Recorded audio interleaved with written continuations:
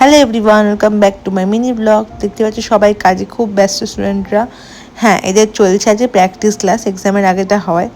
আর দেখো আমার স্টুডেন্টরা কী করছে, প্লাকিং করে মানে মডেলকে রেডি করছে মেকআপের জন্য। এটা সত্যিই খুব দরকার, অনেকেই শিখে রাখে পার্লারের কাজগুলো, যেগুলো আমাদের মেকআপের আগে স্কিন কেয়ারে খুব হেল্প করে। কারণ মুখে লোম থাকলে অবশ্যই কাজ করতে খুব অসুবিধা হয়, সেহেতু তাই জন্য প্লাক করে নিচ্ছ।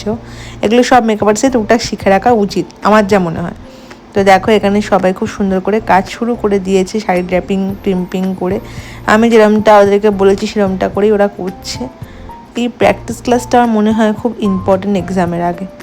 কারণ প্রত্যেকটি মেয়ে যারা শিখতে আসে আমার কাছে, তারা হয়তো কিছু একদম না জেনেই শিখতে আসে, একদম প্রথম থেকে শেখার জন্যই আমার কাছে আসে। তো সেক্ষেত্রে একটা মেয়েকে রেডি করা, সুন্দর করে স্পেশালভাবে তাকে রেডি করাটা কিন্তু একটা কঠিন গুরুদায়িত্ব। তার জন্য তারা কিন্তু অনেক ভয় পেয়ে থাকে। তাই ফট করে একদম এক্সাম ডেতে গিয়ে তাদের মানে পরীক্ষা নেওয়াটা আমার মনে হয় একটু ভুল হয়। তার জন্য আমি ওদের কনফিডেন্সটাকে গ্রো করার জন্য বা বুস্ট করার জন্য আমি একটা প্র্যাকটিস ক্লাস দিয়ে থাকি, যাতে করে ওরা প্র্যাকটিস ক্লাসে সেই কনফিডেন্সটা একটু হলেও পায় এবং তারপরে এক্সামে বিনা ভয়ে বিনা ঝঞ্ঝাটে কাজটা করতে পারে।